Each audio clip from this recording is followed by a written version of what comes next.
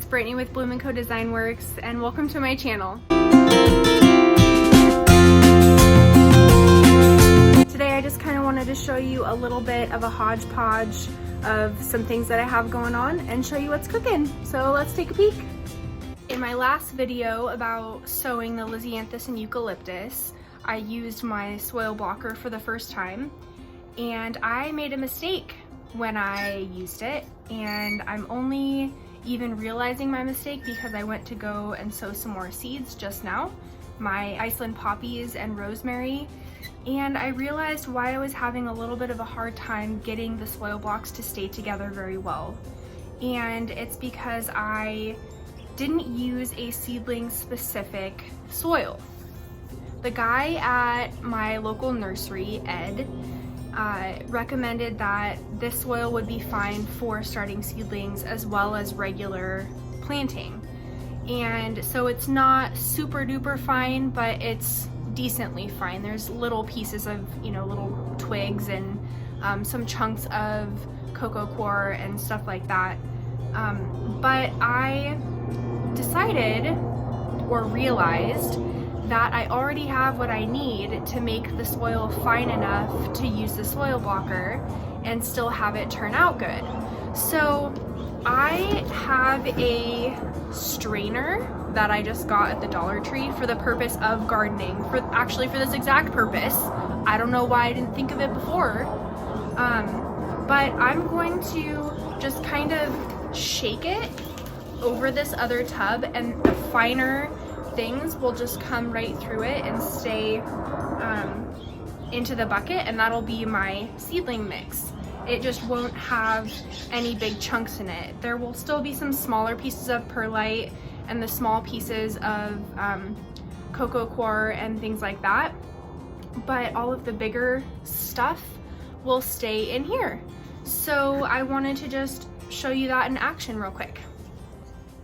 Okay, so in this strainer, I just put a couple scoops of my regular potting soil, and I'm just going to, since it comes in that really compressed bale and it's super dry, as you can see, I'm just gonna kind of go through it with my hands and just try and break up some of the chunks of cocoa coir that are in there.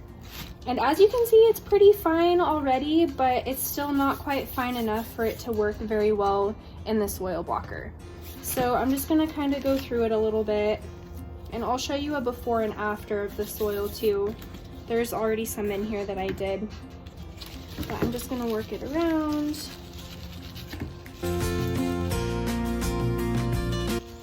You can already see that there's a smaller quantity of soil in the strainer. Okay, so there's some chunks in there, and these are pieces of cocoa coir that are stuck together. It's to help retain the moisture in the soil. So I'm just gonna kind of break it up a little bit.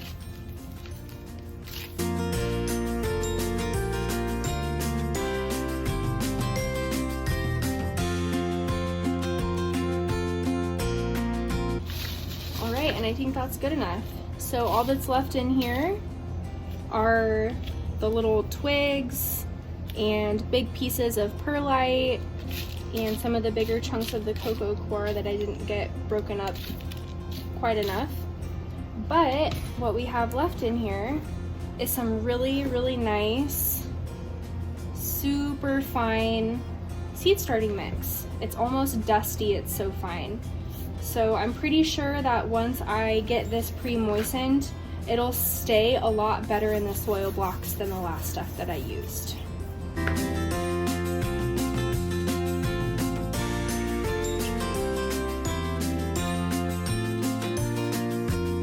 Okay, so I pre-moistened my new seed starting mix that I just sifted, and I wasn't originally, sorry, dogs are going crazy again.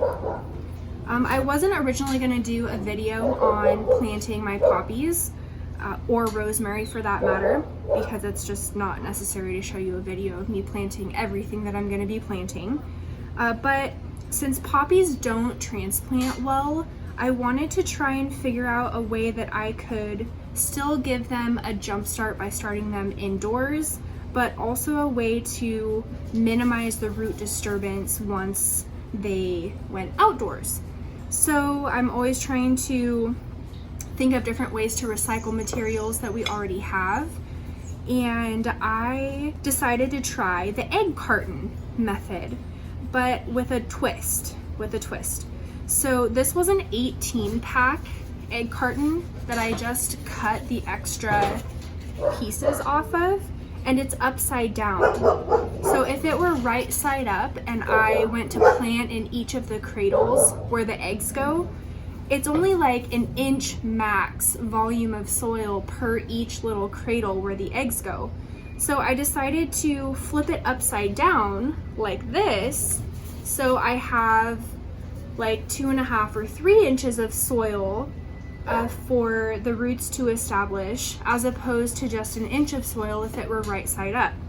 So I just filled it, and I'm just gonna sprinkle the seeds in there now. Okay, so I'm gonna be planting Gartford Giants Iceland Poppies. I've had these seeds for a couple years and just was never brave enough to try them before, so I'm gonna give it a shot. And these are as tiny as grains of sand.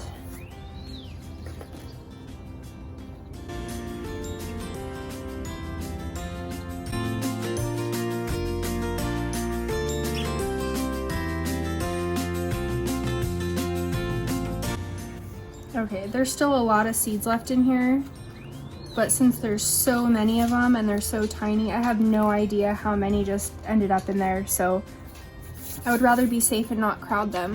So I'm just gonna sprinkle them with the finest dusting of vermiculite.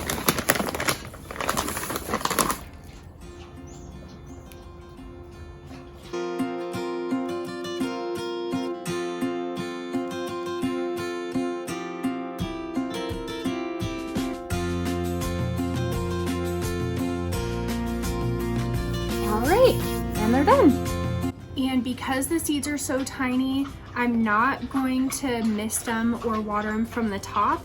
I'm just gonna set it in a tray with some water and let it wick up the water from the bottom. The bottom of this has, I don't know if you can see it, but little tiny holes that should help with it wicking up the moisture. So I'll water it that way and then put it in the grow tent on the heat mats and under the lights. And when I go in there, I have some exciting stuff to show you.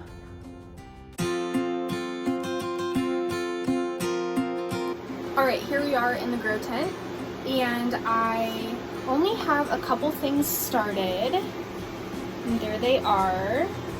They're just on the floor right now because we haven't yet gotten a shelving unit.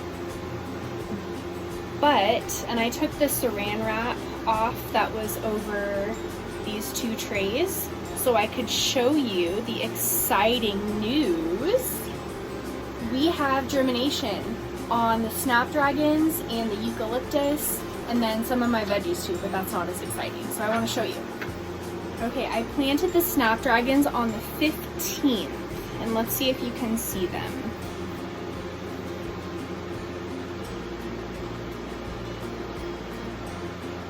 Can you see any of the little bits of green in there? There's quite a few of them. So that was pretty quick, only 6 days to germination for those, which was a lot faster than I thought. And then the eucalyptus was even faster. I planted these on the 16th, and today's the 21st, so only 5 days for these to germinate. So right here, let's see. Can you see any of them? They're pink. Little tiny specks of pink before they turn green. So I have 1, 2, 3, 4, 5, 6, 7. I have 7 so far. So, not too bad. Not too bad. Pretty exciting. And then no action on the Lysianthus yet, so we'll see. Have my first onions that have sprouted, and then also my romaine. I need to get my romaine under some different lights and off the heat mat now. So that is a quick little sneak peek of the grow tent. We don't have enough space in our house to have a place to grow, so we got a grow tent and put it in the garage so we could control the climate a little bit better, have some airflow, we have a fan going, we have a heat mat. We're gonna get some racks to put in here so we can get some lighting on each of the shelves and really get some good volume of seeds started in here. And we've been really happy with it so far, so 2 thumbs up. And then in other news, I wanted to show you an additional planting space that I converted where we had an old shrub, an old half-dead shrub. So let me turn the camera around. And there it is. It's just a little 3-foot by 3-foot square. I just covered it back up with plastic so that way weeds don't grow in it until I plant stuff. But it was just right next to that other rectangle underneath our kitchen window. And we had an old shrub in there that was half dead.